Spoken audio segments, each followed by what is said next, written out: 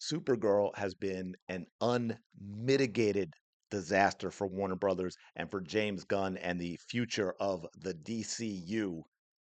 It is lost, as you can see here, and I think it is actually more than this. Supergirl braces for $100 million loss. I think it's going to be even more than that. Now, we can have conversations about whether it was a better film than a lot of people who trashed it said it was. I know a lot of people who went to see it enjoyed it very much, but the reality is that this didn't even come close to doing numbers that people who expected it to bomb would actually do. I thought it would do 200, 250, maybe $300 million, but no, folks, it is at 124 million dollars at this point, just under 125 million dollars. It may not hit 130 million dollars because guess what? Only after about a month, Supergirl digital release arrives. They have thrown in the towel. They have waved the white flag. They have said, no mas. There is no point in having Supergirl in the theater anymore. That is how poorly it is doing. 1 month and it is gone. An absolute disaster. A budget of 170, $180 million.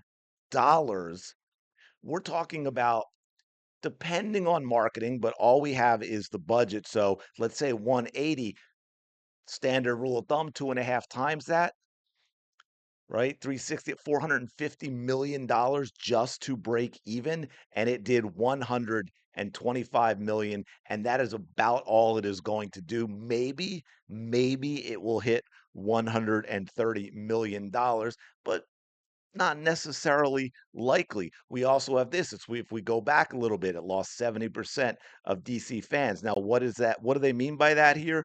Because they were talking about the opening of 37 million for Supergirl domestically. Superman, which had its own problems, opened at over 125 million the summer before. That is a massive, massive drop. It looks like James Gunn made a very, very bad decision to go from Superman to Supergirl, and the decisions with the type of Supergirl he decided to portray. Very, very different from those who are comic book fans. Yes, I know it's based on something, but it's based on something more recent, which is not the Supergirl that has been established for years and decades. A very, very different character. A lot of people did not want to see this Supergirl. They wanted to see the Supergirl that they know, and they didn't get that from James Gunn. We had Peacemaker, which James Gunn hyped up as the sequel to Superman, which was an absolute disaster as well. Started off strong, like after the first couple episodes, its audience fell off a cliff.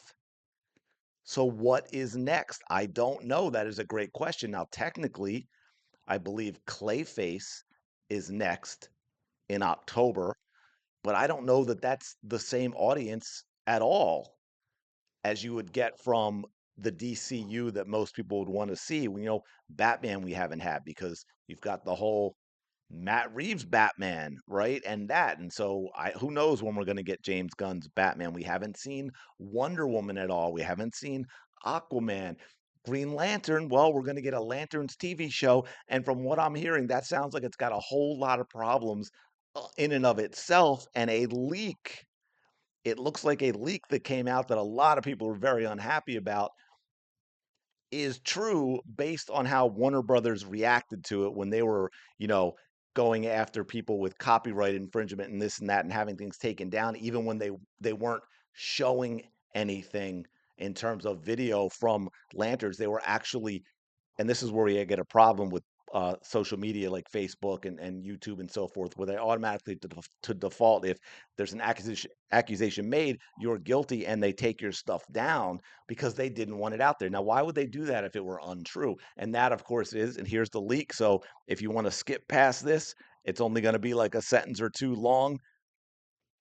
Hal Jordan dies in the first episode. They then do have a lot of flashbacks going back to 2016, so he will be in the show, but it's kind of like going to see Black Widow after we know what happened in Endgame. Now, one thing I will say about Clayface, though, supposedly DCU MCU, not exactly well known for containing their budgets, but supposedly Clayface has a budget of only $40 million, so doesn't have to do nearly the work that a Supergirl or a Superman has had to do.